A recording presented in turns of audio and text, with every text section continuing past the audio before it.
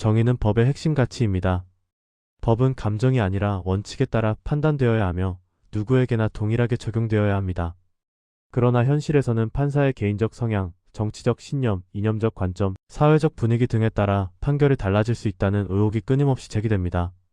이러한 편향적 판결은 단순한 해석의 차이를 넘어 사법 신뢰를 흔드는 심각한 문제로 이어질 수 있습니다. 사법부는 행정부, 입법부와 달리 직접 선출되지 않습니다. 그렇기 때문에 국민의 신뢰가 그 존재 기반입니다. 그런데 판결이 정의의 기준이 아니라 판사의 성향에 따라 좌우된다는 인식이 확산되면 법은 더 이상 공정한 기준이 아니라 힘있는 자의 도구로 오해받을 수 있습니다. 이는 민주주의의 근간을 약화시키는 위험한 신호입니다. 특히 정치적으로 민감한 사건에서 이러한 문제는 더 두드러집니다. 예를 들어 전직 대통령이나 고위공직자와 관련된 사건에서 판결이 엇갈릴 경우 지지자와 반대자 사이의 갈등은 극단으로 치닫습니다. 한국 사회에서도 박근혜 전 대통령 탄핵 사건, 이명박 전 대통령의 비리 사건, 이재명 대표 관련 재판 등은 판결의 법리적 타당성과 별개로 정치적 해석과 논쟁을 불러일으켰습니다. 판결이 정의의 판단이었는지 정치적 기류의 반영이었는지에 대한 논란은 사회 분열을 심화시켰습니다. 편향적 판결의 첫 번째 문제는 법 앞에 평등이 무너진다는 점입니다. 동일한 사안에 대해 다른 집단이나 다른 성향의 피고인에게 서로 다른 잣대가 적용된다면 시민들은 법을 신뢰하지 않게 됩니다. 법이 공정하지 않다는 인식은 준법 의식을 약화시키고 사회 전반의 규범 질서를 흔듭니다. 두 번째 문제는 사법 권위의 붕괴입니다.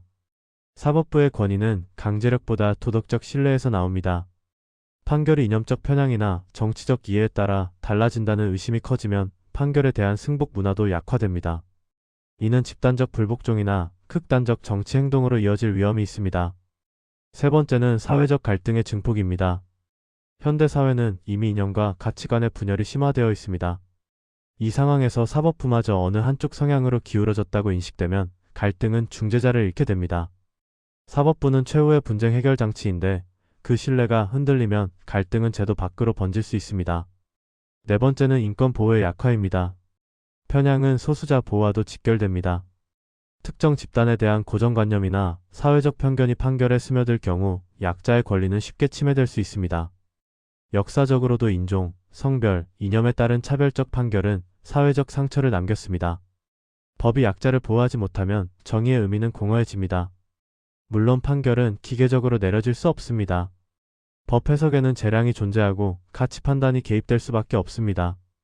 헌법과 법률은 추상적 문구로 구성되어 있으며 이를 구체적 사건에 적용하는 과정에서 다양한 해석이 가능합니다. 문제는 이러한 해석 차이가 객관적 법리의 범위를 넘어 특정 이념이나 개인적 성향에 지나치게 기울어질 때 발생합니다.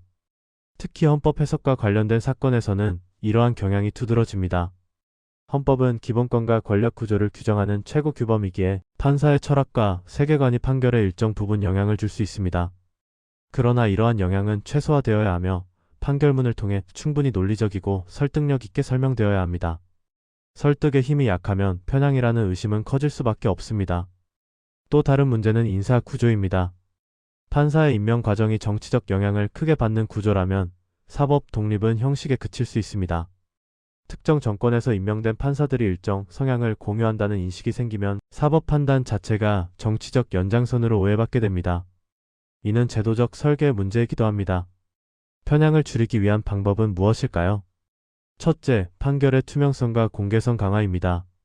판결문을 상세히 공개하고 논리 구조를 명확히 설명해야 합니다. 국민이 이해할 수 있는 언어로 법리를 풀어내야 합니다. 둘째, 다양한 배경을 가진 인재를 사법부에 등용하는 것입니다.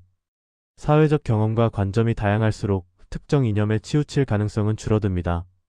셋째, 내부적 자기 점검과 윤리 교육의 강화입니다. 판사 스스로 자신의 무의식적 편향을 인식하고 통제하려는 노력이 필요합니다. 또한 언론과 시민사회의 역할도 중요합니다. 건전한 비판과 감시는 필요하지만 무조건적인 음모론이나 감정적 공격은 오히려 사법 불신을 확대시킬 수 있습니다. 비판은 법리와 근거 중심으로 이루어져야 합니다. 그래야 사법부도 스스로를 개선할 동기를 갖게 됩니다. 정의는 추상적 개념이 아니라 구체적 판결 속에서 구현됩니다. 판결 하나하나가 사회의 신뢰를 쌓기도 하고 무너뜨리기도 합니다. 편향적 판결의 문제는 단지 한 사건의 문제가 아니라 공동체의 근간을 흔드는 문제입니다. 법은 차갑지만 그 차가움은 공정함을 지키기 위한 것입니다. 감정이나 성향이 그 자리를 대신할 때 정의는 흔들립니다. 결국 사법의 힘은 중립성과 일관성에서 나옵니다. 어느 진영에도 치우치지 않고 오직 헌법과 법률의 근거에 판단한다는 믿음이 유지될 때 사회는 안정됩니다. 정의는 완벽할 수 없지만 끊임없이 공정성을 향해 나아가야 합니다. 편향을 경계하는 태도, 투명성을 강화하려는 노력, 시민의 성숙한 감시가 함께할 때 비로소 정의는 살아 숨쉬게 됩니다.